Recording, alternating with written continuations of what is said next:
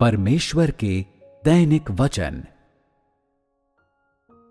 अय्यूब के द्वारा परमेश्वर का भय मानने और बुराई से दूर रहने का एक और प्रकटीकरण परमेश्वर के नाम को सभी चीजों में अत्यधिक महिमा देता है।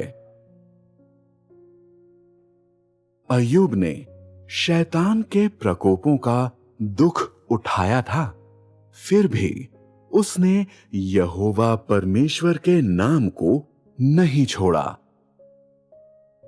उसकी पत्नी वह इंसान थी जिसने पहले कदम बढ़ाया और शैतान का किरदार अदा किया, जिसे अय्यूब पर हमले के द्वारा देखा जा सकता है। मूल पाठ इस प्रकार से इसका वर्णन करता है। तब उसकी स्त्री उससे कहने लगी, क्या तू अब भी अपनी खराई पर बना है? परमेश्वर की निंदा कर और चाहे मर जाए तो मर जा। अय्यूब 2:9। ये वे शब्द हैं जिन्हें मनुष्य के भेष में शैतान के द्वारा कहा गया था। वे एक आक्रमण एवं एक आरोप, साथ ही साथ प्रलोभन, परीक्षा एवं कलंक भी थे। अय्यूब की देह पर आक्रमण करने में असफल होने पर तब शैतान ने सीधे तौर पर उसकी खराई पर हमला किया था। वह इसका उपयोग करना चाहता था ताकि अय्यूब को मजबूर करे कि वह अपनी ईमानदारी को छोड़ दे, परमेश्वर को त्याग दे और जीना छोड़ दे। इस प्रकार शैतान भी अय्यूब की परीक्षा लेने के लिए ऐसे शब्दों का उपयोग करना चाहता था।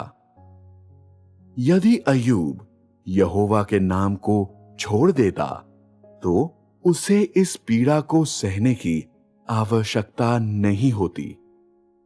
वह अपने आप को शारीरिक पीड़ा से मुक्त करा सकता था। अपनी पत्नी की सलाह का सामना करने पर अय्यूब ने यह कहने के द्वारा उसे झिड़का, तू एक मूढ़ स्त्री की सी बातें करती है। क्या हम जो परमेश्वर के हाथ से सुख लेते हैं दुख ना लें? अय्यूब 2:10। अय्यूब काफी समय से इन वचनों को जानता था, परंतु इस समय उनके विषय में अय्यूब के ज्ञान की सच्चाई साबित हो गई थी। जब उसकी पत्नी ने उसे परमेश्वर को श्राप देने और मर जाने की सलाह दी, तो उसका अभिप्राय था, तेरा परमेश्वर तुझसे ऐसा ही बर्ताव करता है, इसलिए उसे कोसता क्यों नहीं है? अभी भी जीवित रहकर तू क्या कर रहा है? तेरा परमेश्वर तेरे प्रति इतना पक्षपाती है, फिर भी तू कहता है कि यहोवा का नाम धन्य है।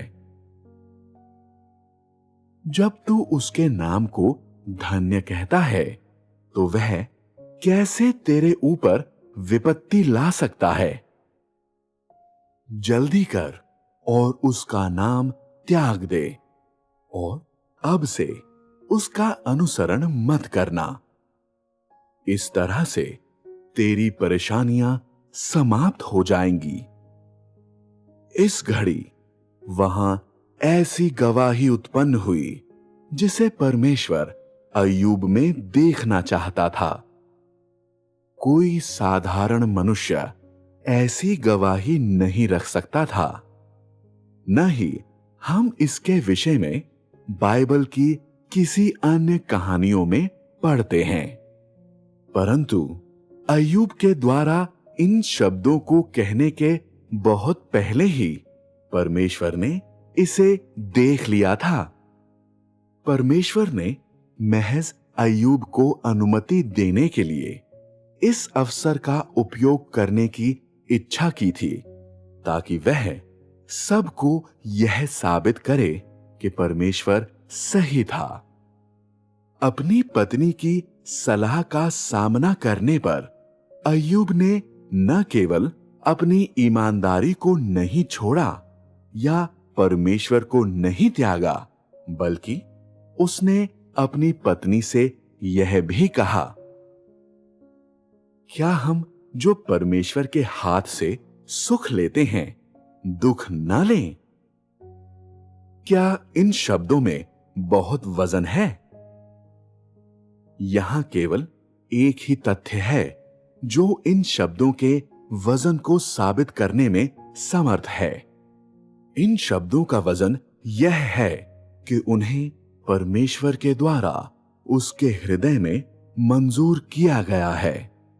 ये वे शब्द हैं जिनकी इच्छा परमेश्वर के द्वारा की गई थी। ये वे शब्द हैं जिन्हें परमेश्वर सुनना चाहता था, और ये वे परिणाम हैं जिन्हें परमेश्वर ने देखने की लालसा की थी। साथ ही ये शब्द अय्यूब की गवाही का सार तत्व भी हैं। इसमें अय्यूब की खराई, सीधाई, परमेश्वर का भय और बुराई से दूर रहने को प्रमाणित किया गया है।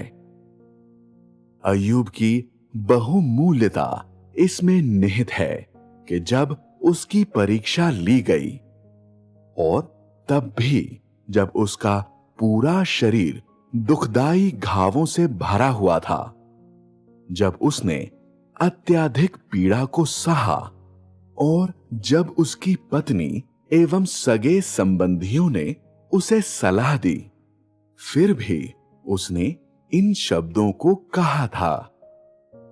इसे दूसरी तरह से कहें तो उसने अपने हृदय में विश्वास किया था कि इससे कोई फर्क नहीं पड़ता है कि परीक्षाएं कैसी भी हों, क्लेश या पीड़ा कितनी भी दर्दनाक क्यों ना हो, भले ही मृत्यु उसके ऊपर आ जाए, वह कभी भी परमेश्वर को नहीं त्यागेगा या परमेश्वर का भय मानने और बुराई से दूर रहने के मार्ग को नहीं ठुकराएगा। तो तूने देखा कि परमेश्वर उसके हृदय में अति महत्वपूर्ण स्थान रखता था, और उसके हृदय में केवल परमेश्वर ही था। यह इसके कारण ही था कि हम पवित्र शास्त्र में उसके विषय में इस प्रकार पढ़ते हैं। इन सब बातों में भी अय्यूब ने अपने मुंह से कोई पाप नहीं किया। उसने न केवल अपने होठों से पाप नहीं किया, बल्कि उसने अपने हृदय में परमेश्वर के बारे में कोई शिकायत नहीं की। उसने परमेश्वर के बारे में कष्टदायक शब्दों को नहीं कहा, न ही उसने परमेश्वर के विरुद्ध पाप किया। न केवल उसके मुंह ने परमेश्वर के नाम को धन्य कहा, बल्कि उसने अपने हृदय में भी परमेश्वर के नाम को धन्य कहा। उसका मुंह एवं हृदय एक ही था। यही वह सच्चा अय्यूब था जिसे परमेश्वर के द्वारा देखा गया था, और यही वह प्रमुख कारण था कि क्यों परमेश्वर ने अय्यूब को हृदय में संजो कर रखा था।